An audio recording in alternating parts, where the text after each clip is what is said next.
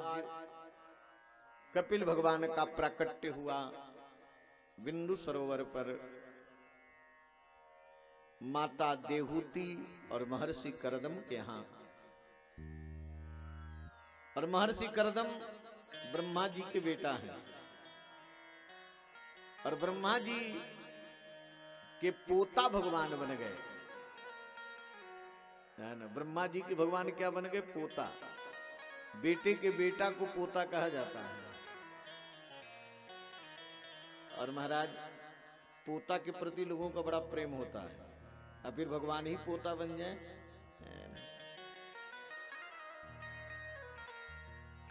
श्री ब्रह्मा जी आ गया और ब्रह्मा जी ने एक बड़ी सुंदर बात कही है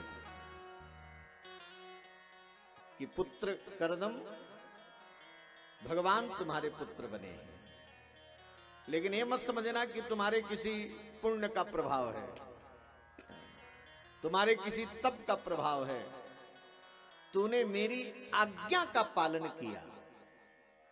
ध्यान देना भाई, जो शिष्य गुरु की आज्ञा का पालन करता है, जो पुत्र पिता की आज्ञा का पालन करता है, उसका लोक भी बनता है, उसका परलोक भी बनता है। ये सिद्धांत समझ लेना। ब्रह्मा जी ने कहा कि मैंने कहा कि तुम हमारी सृष्टि में विस्तार करो, तूने मेरी आज्ञा का पालन किया, इसलिए भगवान तुम्हारे पुत्र बने हैं।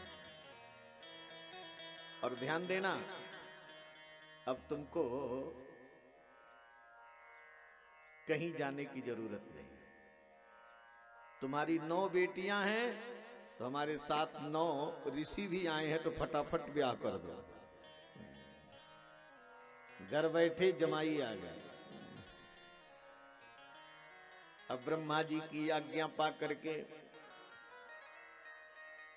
श्री मरीच महर्षि के साथ कला जी का विवाह हुआ। कला देवी इनकी बेटी। मरीच के साथ कला का विवाह हुआ और महर्षि अत्रि के साथ अनुसुईया जी का विवाह हुआ। अंगिरा ऋषि के साथ श्रद्धा का विवाह हुआ और हवीर का विवाह श्री पुलस्त जी के साथ हुआ।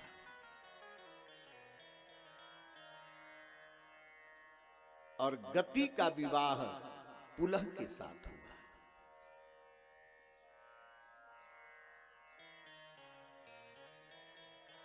ख्याति का विवाह भृगु के साथ हुआ। क्रिया का विवाह क्रतु के साथ हुआ। अरुंधति का विवाह महर्षि वशिष्ठ जी के साथ हुआ। इस प्रकार सभी बेटियां ब्याही गईं और करदम जी महाराज भगवान की परिक्रमा करके और तपस्या करने के लिए जंगल में चले गए। और जिन्होंने ब्याह, कुछ और भी आए थे, वो सनकादिक आए थे, नारद जी आए थे, ऋभु आए थे, अरुणी आए थे, यति आए थे। इन लोगों ने विवाह नहीं किया। जिनका विवाह हुआ वो अपनी पत्नी के साथ चले गए और जिन्होंने विवाह नहीं किया, जिन्होंने विवाह नहीं किया वे अपने पिता के साथ चले गए। इधर माता देहूति कपिल भगवान के पास आती हैं। देहूति जी जानती कि मेरे बेटा बने हैं, लेकिन ये परमात्मा है। और माता देहूति भगवान से प्रार्थना करती, तम त्वागताहं शरणं शरण्यं स्वभृत्य संसार तरो कुठारम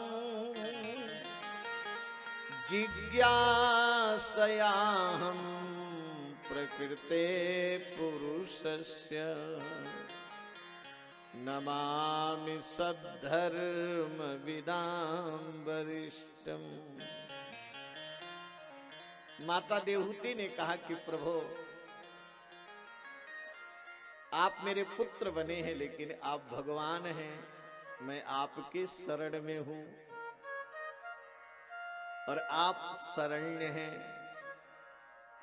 और अपने भक्तों के संसार रूपी वृक्ष को काटने के लिए आप कुल्हाड़ी हैं। कुल्हाड़ी से वृक्ष कट जाएगा कि नहीं कट जाएगा? और संसार एक बहुत बड़ा वृक्ष है, बहुत बड़ा वृक्ष है। इस संसार वृक्ष में व्यक्ति उलझ जाता है, फंस जाता है, लेकिन जो भगवान का दास हो जाता है, भगवान संसार के वृक्ष को काटने के लिए कुल्हाड़ी है। ये आसक्ति ही संसार का वृक्ष है। वृक्ष की शाखाएं क्या हैं? है ना? नाती पोता परिवार नाते रिश्तेदार, ये सब, और उसी में उलझ करके जीव आया था हरि भजन को, सब भूल गए। आए थे हरि भजन को, ओटन लगे कपास। लेकिन जो भगवान का शरणागत होता है, शरणागत के संसार वृक्ष को भगवान काट दे करते हैं और अपने चरणों में ले लेते हैं। माता देवहूति ने प्रकृति और पुरुष और भागवत धर्म के बारे में जिज्ञासा प्रकट की है। यहां पर भगवान कपिल माता देवहूति को 8 अध्याय में उपदेश देते हैं। इसको कपिला अष्टाध्यायी हमारे यहां कहा गया है। अगर केवल भगवान कपिल के उपदेश को सुनाऊं, ठीक से सुनाया जाए, किसी विद्वान किसी रसिक वक्ता से सुनो, तो कपिल भगवान के उपदेश सुनने में ही कम से कम 7 दिन लगे, और महीने से ऊपर लग जाए तो कोई बात नहीं, अगर केवल मूलार्थ ठीक से कहा जाए तो। इतना सुंदर उपदेश है, लेकिन हमारे पास समय भी नहीं है, क्योंकि आज राम जी को भी आना है और श्याम को भी आना है, और उनके आने में जो कथाएं हैं, उन कथाओं को संक्षेप में निकालना है, और बड़े एकाग्र मन के सुनो। लेकिन अब कपिल भगवान ने उपदेश दिया तो मैं कुछ उपदेश सुना दूं। बहुत सारांश में सुना रहा हूं, ध्यान देना।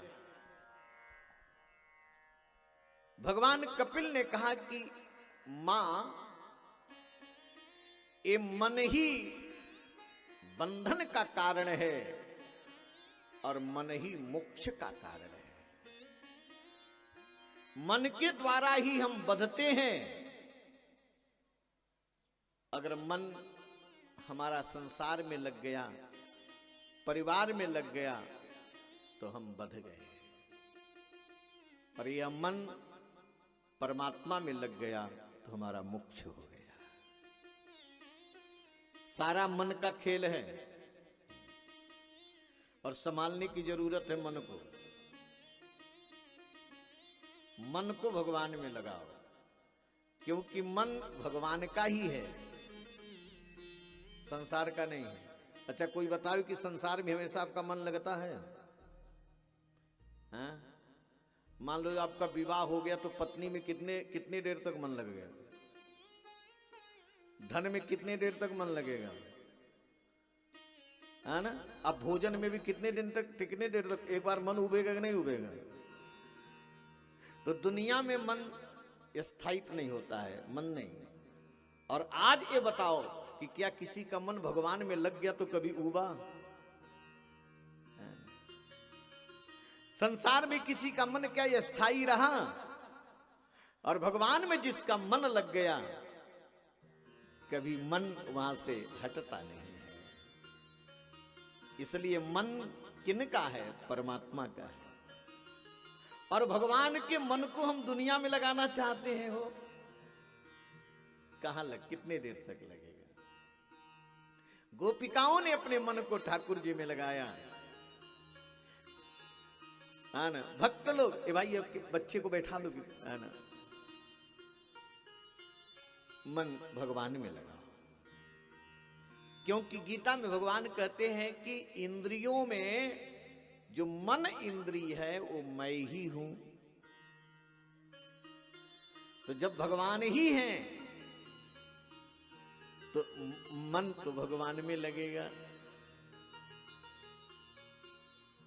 तो मन यदि ठाकुर जी में लगा दोगे तो आपको मोक्ष की प्राप्ति हो जाएगी।